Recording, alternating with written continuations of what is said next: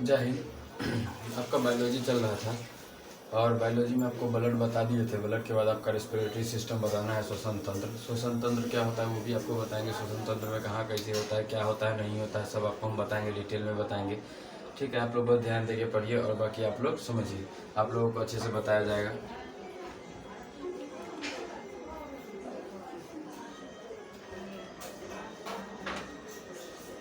आप लोग को बोर्ड पे कुछ लिखा दिख रहा होगा, ठीक है। ये लिखा आप ही लोगों के लिए है, ठीक है। वो लिखा आप ही लोगों के लिए, बस आप लोग को समझ में नहीं आएगा कि लिखा क्या है, इसलिए हम आपको समझाएंगे, समझे। देखिए होता क्या है, श्वसन तंत्र, रेस्पिरेटरी सिस्टम। ये श्वसन तंत्र क्या होता है? श्वसन तंत्र वो होता है जिससे हम श्वास लेते हैं, ठीक है। जिस मार्ग से हम श्वास लेते हैं, जिस तरीके से हम श्वास लेते हैं, उसको श्वसन तंत्र बोला जाता है। उसको क्या बोला जाता है? श्वसन तंत्र बोला जाता है। श्वसन तंत्र क्या होता है? जैसे नाक हो गया, नाक आपका श्वसन तंत्र का भाग हो गया। ग्रसनी हो गया, आपका ग्रास नली हो गया, आपका ब्रोंका, ब्रोंकियोलेस, ये सब आपको समझ में अभी नहीं आएगा। एलोवेली, ब्लड भी आपका श्वसन तंत्र का एक भाग होता है। आपको पता होगा या नहीं होगा, ब्लड भी आपका एक श्वसन तंत्र का एक भाग होता है, ठीक है ना। देखिए आपको हम बताते हैं श्वसन तंत्र क्या होता है। जो हमारे श्वास लेने में मदद करता है, जो हमारे बॉडी में श्वास लेने में मदद करता है, उसको श्वसन तंत्र बोला जाता है। जो सांस लेने में मदद करता है उसको श्वसन तंत्र बोला जाता है। जो हमें सांस लेने में मदद करता है उसको श्वसन तंत्र बोला जाता है। जो हमारे बॉडी में सांस लेने में मदद करता है उसको श्वसन तंत्र बोला जाता है, ठीक है। श्वसन तंत्र आप समझ गए। अब श्वसन तंत्र में क्या होता है? श्वसन तंत्र में हम लोग ऑक्सीजन लेते हैं और ग्लूकोज को तोड़ते हैं।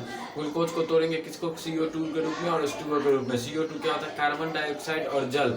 अगर हम लोग ऑक्सीजन लेंगे तो ऑक्सीजन लेके हम लोग ग्लूकोज बनाएंगे, ग्लूकोज से ऊर्जा बनाएंगे और ऊर्जा से हम लोग कार्बन डाइऑक्साइड और H2O की मदद से, जल पसीना के माध्यम से और CO2 कार्बन डाइऑक्साइड हम लोग सांस लेके छोड़ देंगे, ठीक है।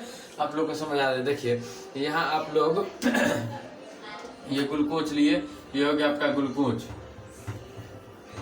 ये आप लोग ग्लूकोज लिए और ग्लूकोज को CO2 और H2O में तोड़ दिए, साथ में ऊर्जा रिलीज कर दिए, देखिए यही कारण होता है कि जब कोई व्यक्ति मर जाता है, ऑक्सीजन नहीं ले पाता है, तो उसका बॉडी पूरे ठंडा हो जाता है। बस इसी वजह से उसका बॉडी पूरे ठंडा होता है, बाकी और कोई बात नहीं होता है। देखिए आपको श्वसन बताए हैं। श्वसन का मतलब होता है, श्वसन का मतलब सिर्फ इतना होता है कि सांस लेना। देहाती भाषा में समझिए, एकदम सरल भाषा में समझिए कि सांस लेना श्वसन कहलाता है।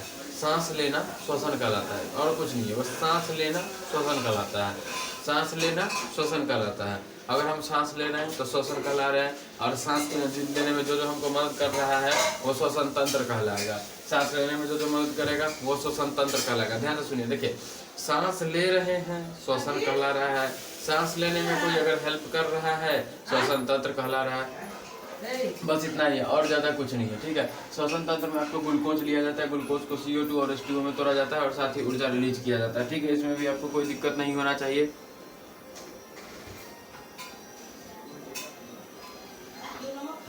इसमें भी आपको कोई दिक्कत नहीं होना चाहिए। अब श्वसन तंत्र क्या होता है? स्वच्छोबास। स्वच्छोबास, देखिए क्या होता है स्वच्छोबास।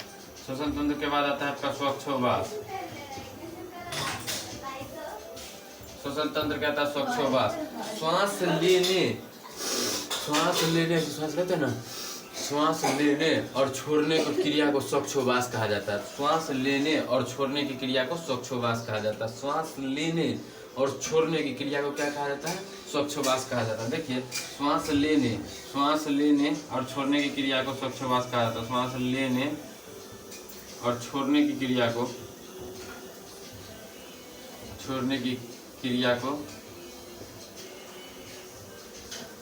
स्वच्छोबास कहा जाता है। सांस लेना और छोड़ना की क्रिया को क्या कहा जाएगा? स्वच्छोबास आपका कहा जाएगा। श्वास लेना और छोड़ने की क्रिया को क्या कहा जाता है? स्वच्छोबास कहा जाता है, ठीक है। देखिए आपको आगे बताते हैं। श्वास लेने और छोड़ने की क्रिया को तो स्वच्छोबास कहा जाता है, और सिर्फ श्वास लेने की क्रिया को निःश्वसन कहा जाता है। देखिए अगर हम श्वास लेते हैं तो उसको निःश्वसन कहा जाता है। श्वास लेते हैं तो उसको निःश्वसन कहा जाता है। श्वास अगर ले रहे हैं तो इसको निःश्वसन कहा जाएगा। श्वास अगर छोड़ रहे हैं तो निःश्वसन कहा जाएगा। श्वास ले रहे हैं तो निःश्वसन, और श्वास छोड़ रहे हैं तो निःश्वसन।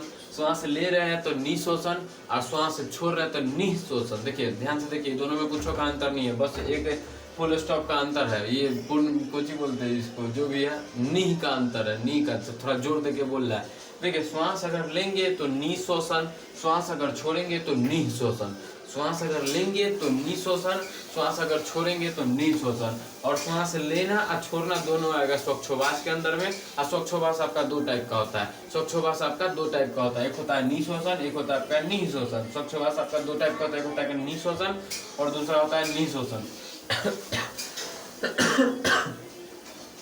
श्वास देखिए श्वासोच्छ्वास आपका दो टाइप का होता है, एक होता है निःश्वासन, दूसरा होता है आपका निःश्वासन।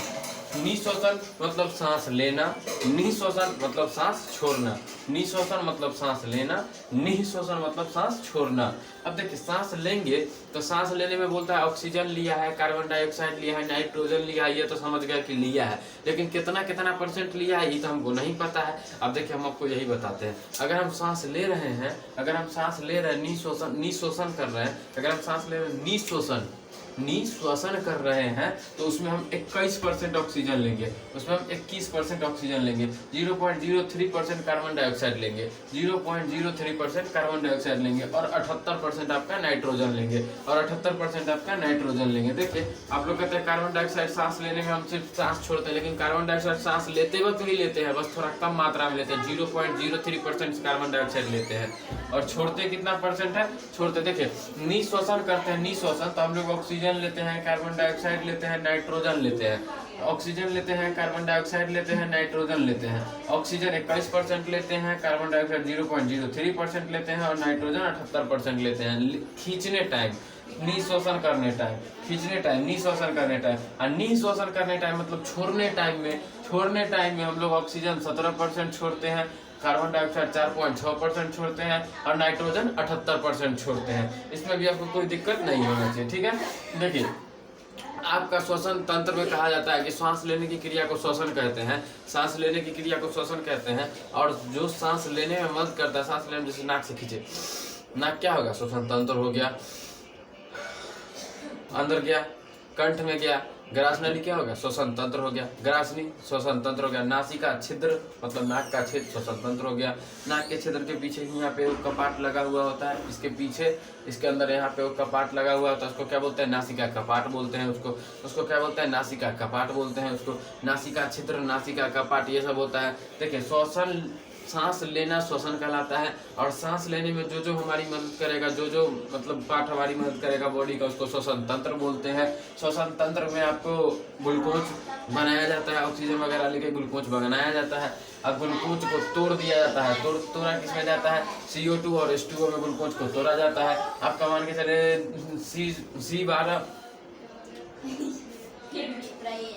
C2H12O6 और 6O2 प्लस बराबर हो जाएगा आपका, टूटेगा तो 6CO2 6H2O में टूटेगा, 686 केल्विन ऊर्जा रिलीज करेगा, ठीक है। यही ऊर्जा जो होता है, अगर हम मान के चले सांस लेते रहते हैं, ऊर्जा निकलते रहता है तो हमारा बॉडी गर्म रहता है। सांस लेते रहते हैं, ऊर्जा निकलते रहता है तो हमारा बॉडी गर्म रहता है।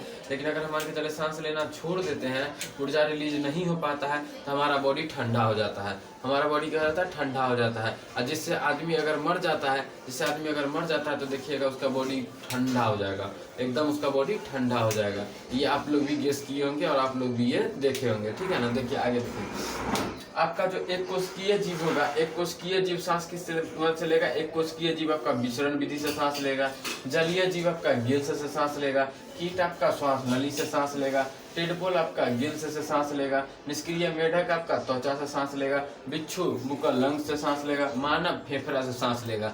इसमें आपको कोई दिक्कत नहीं होना चाहिए, ठीक है। देखिए आपको निःश्वासन, निःश्वासन का मतलब क्या होता है, निःश्वासन का मतलब होता है सांस लेना। निःश्वासन मतलब सांस लेना, न श्वसन। देखिए ना बोलता है ना, कभी किसी को जाइएगा, कभी मेहमान आता है तो बोलता है चाय लीजिएगा, तो ना पी लेता है ना चाय। अगर मान के चलिएगा चाय दीजिएगा तो बोलेगा ना, लेकिन चाय पी लेगा। लेकिन अगर मान के चलिए चाय पूछेगा चाय लीजिएगा, बोलेगा ना, तो उसको आप नहीं दीजिएगा। क्या कि क्या बोलते हैं, न तो न तो मतलब न, और न मतलब लेगा, न मतलब हाँ, न मतलब हाँ, सीधे बोल दिया न मतलब न, सीधे बोल दिया न मतलब न। देखिए आप ध्यान से देखिए, निःश्वासन मतलब सांस लेना। ऑक्सीजन 21% लेगा, CO2 0.03% लेगा, नाइट्रोजन 78% लेगा। निःश्वसन मतलब सांस छोड़ना। ऑक्सीजन 17% छोड़ेगा, कार्बन डाइऑक्साइड 4.6% छोड़ेगा और नाइट्रोजन आपका 78% छोड़ेगा। ठीक है, इसमें आपका कोई दिक्कत नहीं होना चाहिए। अब एक बार और फिर आपको बताते हैं, एक कोशिकीय जीव जैसे अमीबा वगैरह होगा, एक कोशिकीय जीव जैसे अमीबा वगैरह होगा, वो आपका सांस लेगा विसरण विधि से, वो आपका सांस लेगा विसरण विधि से। जलीय जीव जैसे मछली वगैरह होगा, मछली वगैरह आपका सांस लेगा गिल्स, गलफारा से सांस लेगा।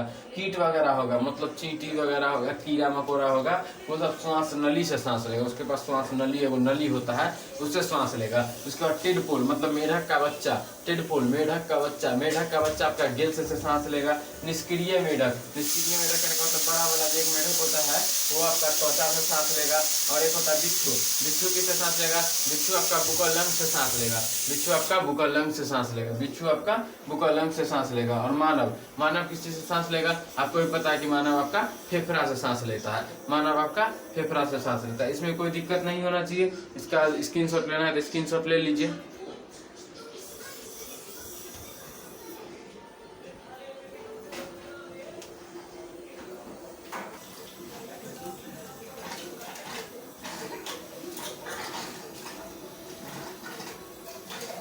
अब देखिए, एक आपका होता है डायफ्राम। डायफ्राम क्या होता है वो भी आपको हम बताते हैं। देखिए डायफ्राम क्या होता है वो भी आपको हम बताते हैं। डायफ्राम एक संयोजी उत्तक होता है। क्या होता है, एक संयोजी उत्तक होता है। डायफ्राम जो होता है ना, एक संयोजी उत्तक होता है। देखिए डायफ्राम जो होता है आपका संयोजी उत्तक होता है। डायफ्राम क्या होता है आपका संयोजी उत्तक होता है। ये देखिए आपको इसमें 75% निःश्वासन करता है, यही 75% निःश्वासन करता है आपका डायफ्राम। 75% निःश्वासन करता है आपका डायफ्राम। 75% निःश्वासन करने का मतलब क्या है कि ये 75% सांस छोड़ने में आपका 75% भाग कौन लेता है, निःश्वासन लेता है। सांस छोड़ने में आपका 75% भाग कौन लेता है, निःश्वासन लेता है। सांस छोड़ने में आपका 75% भाग कौन लेता है, निःश्वासन लेता है। 75% काम सांस छोड़ने का कौन करेगा, डायफ्राम करेगा।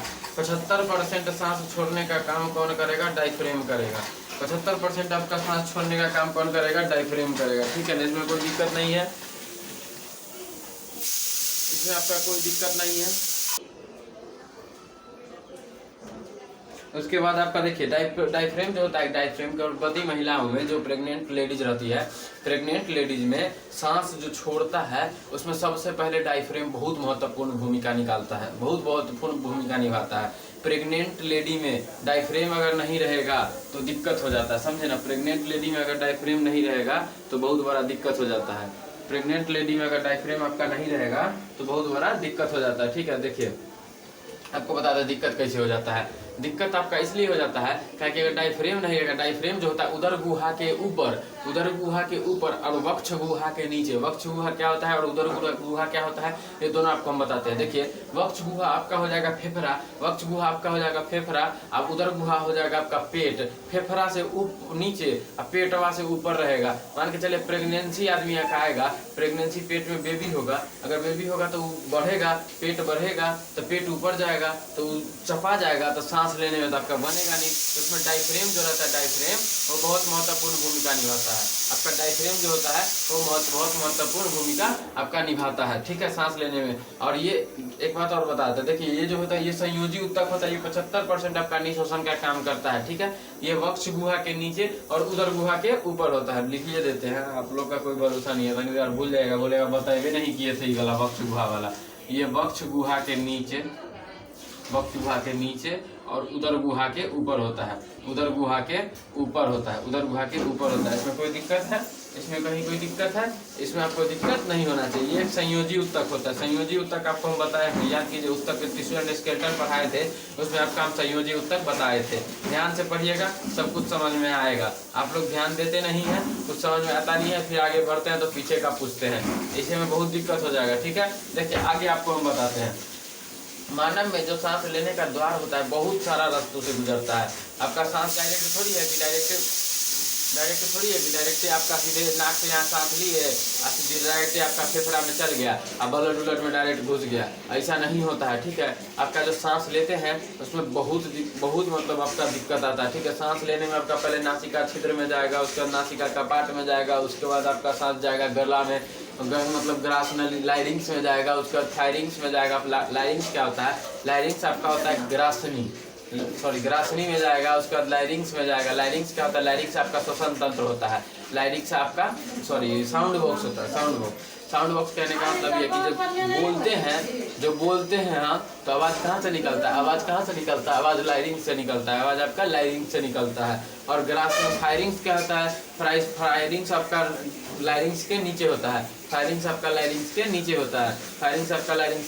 होता है। देखिए उसका हो जाएगा ब्रोंकाई, ब्रोंक्यूलिस, एलोवियली, ब्लड, सेल, ये सब बहुत आता है। ठीक है, आपको हम देखिए धीरे धीरे आपको हम बताते हैं। सबसे पहले आप काम शुरू करते हैं नासिका छिद्र, नासिका कपाट, इसके बाद आगे हम आपको बताते हैं। ठीक है, देखिए आप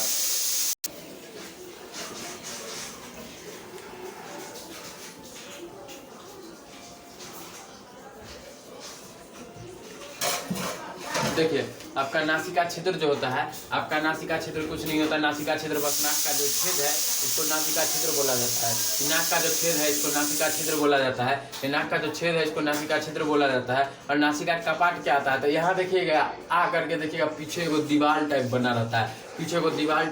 जो उसके पीछे नहीं जा सकते, उसको बोलते हैं नासिका कपाट। आगे यहाँ आपका नाक का छेद हो गया, पीछे नासिका कपाट हो जाएगा। और नीचे आपका ग्रासनी आएगा, उसके बाद लाइरिंग्स आएगा, फायरिंग्स आएगा, ब्रोंकाई, ब्रोंक्यूलिस, एलोवियली, और आपका आ जाएगा ब्लड और सेल। देखिए आपको हम सबसे पहले बताते हैं नासिका छिद्र क्या होता है। नासा छिद्र क्या होता है आपका? देखिए नासा छिद्र देखिए पहले। नासा छिद्र क्या होता है? नाक का छेद जो होता है उसको नासा छिद्र बोला जाता है। नासा छिद्र इसमें कुछ नहीं होता है, इसमें बस बाल पाया जाता है।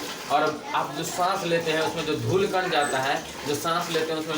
जाता है, वो बाल इस धूलकण को रोकता है। ठीक है, हमको सादा मतलब अच्छा हवा लेने में ये मदद करता है। ये बाल जो होता है धूलकण को रोकता है, अच्छा हवा लेने में ही हमको मदद करता है। ठीक है, अच्छा हवा लेने में ही हमको मदद करता है। मान के चलिए आप गर्दा उर्दा में भी हैं, कहीं कहीं धूप में है, कहीं पे भी है, तो आप सांस जब खींचेंगे तो बहुत सारा आपका हवा जाता होगा। आपको एक चीज पता नहीं होगा कि वायु में इतना बैक्टीरिया घूम रहा है। अगर इतना बैक्टीरिया मनुष्य ही है जो डेली इतना बैक्टीरिया लेके खा पी के चिपा जा रहा है, फिर भी उसको कुछ नहीं हो रहा है। बाकी दूसरा जीव अगर इतना बैक्टीरिया लेगा ना तो कब्बे स्वर्ग सिधार जाएगा। समझे? देखिए आपको हम एक चीज और बता रहे हैं।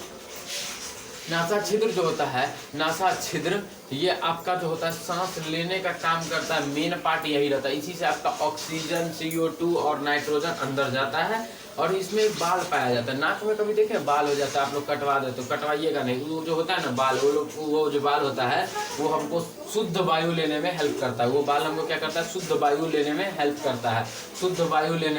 करता है। नासा छिद्र में आपको क्या हो जाएगा? नासा छिद्र में आपको बाल पाया जाता है जो शुद्ध हवा लेने में मदद करता है। बाल पाया जाता है जो शुद्ध हवा लेने में धूलकण को रोकता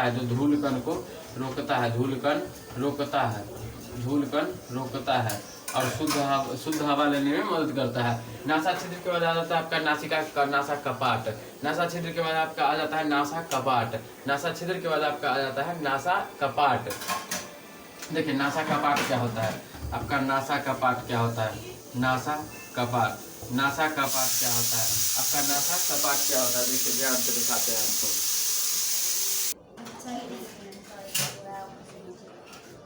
नासा कपाट क्या होता है? देखिए नासा कपाट जो होता है आपका नाक का छेद जो होता है, नाक का छेद इससे पीछे जो होता है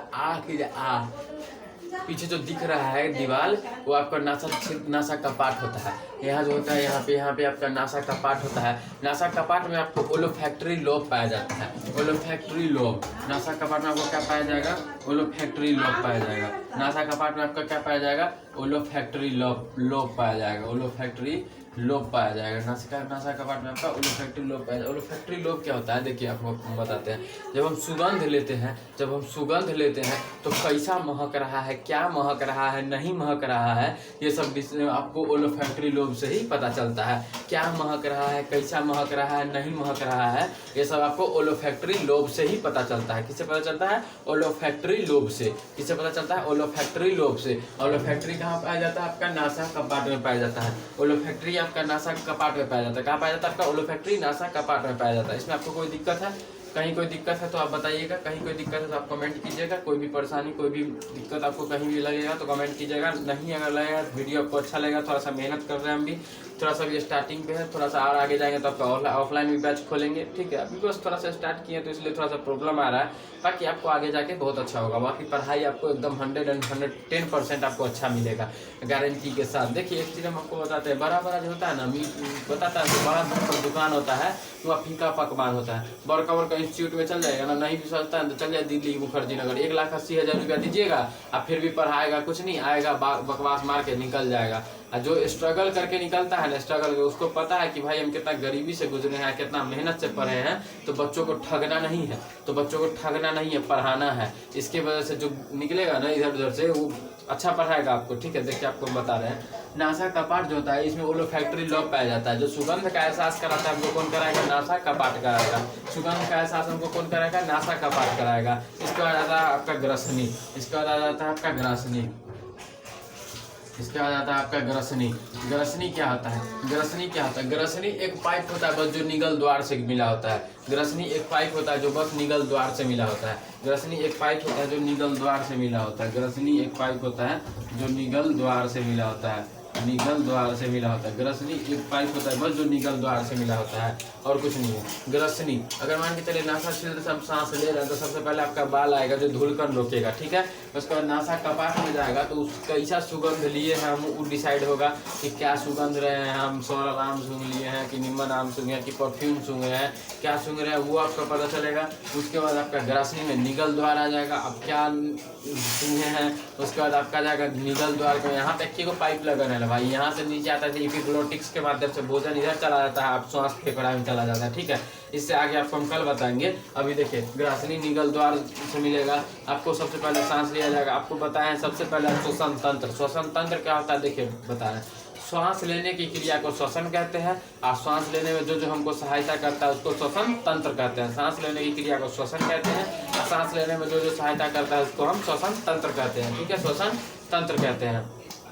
और श्वसन तंत्र आपका स्वच्छोवास, सांस लेने और छोड़ने की क्रिया को स्वच्छोवास कहते हैं। सांस लेने और छोड़ने की क्रिया को स्वच्छोवास कहते हैं, इसमें कोई दिक्कत नहीं होना चाहिए। सांस लेने और छोड़ने की क्रिया को आपको स्वच्छोवास कहते हैं। अगर सांस ले रहे हैं तो निःश्वसन, सांस छोड़ रहे हैं तो निःश्वसन। सांस ले रहे हैं तो निःश्वसन में आपका ऑक्सीजन आ जाएगा 21%, 0.03% कार्बन डाइऑक्साइड आ जाएगा, 78% आपका नाइट्रोजन आ जाएगा। अगर सांस छोड़ रहे हैं तो आपका 17% ऑक्सीजन, 4.6% कार्बन डाइऑक्साइड और 78% आपका नाइट्रोजन आ जाएगा। इसमें हमको कोई दिक्कत नहीं है, इसमें यहाँ तक कोई दिक्कत नहीं है। उसके बाद आपको होता है एक कोशिकीय जीव विसरण विधि से निष्क्रिय मेढक आपका त्वचा से लेगा, टेडपोल आपका गिल से लेगा। उसके बाद मछली भी आपका गिल से लेगा, मानव आपका फेफड़ा से लेगा, बिच्छू आपका बुक्कल लंग से लेगा। इस सब में आपको कोई दिक्कत नहीं है। उसका तो बताया आपको डायफ्रेम। डायफ्रेम क्या होता है? डायफ्रेम प्रेग्नेंट और लेडीज में ये सब सांस छोड़ने में बहुत सहायता करता है, क्या कि ये उदर गुहा के ऊपर और वक्ष गुहा के नीचे होता है। उदर गुहा के ऊपर और वक्ष गुहा के नीचे होता है। ये संयोजी उत्तक का बना होता है, ठीक है, ये संयोजी उत्तक का बना होता है। 75% योगदान देता है सांस छोड़ने में, 75% योगदान देता है ये सांस छोड़ने में, ठीक है। इसमें आपको कोई दिक्कत नहीं है। आगे क्लास आपको हम कर लेंगे।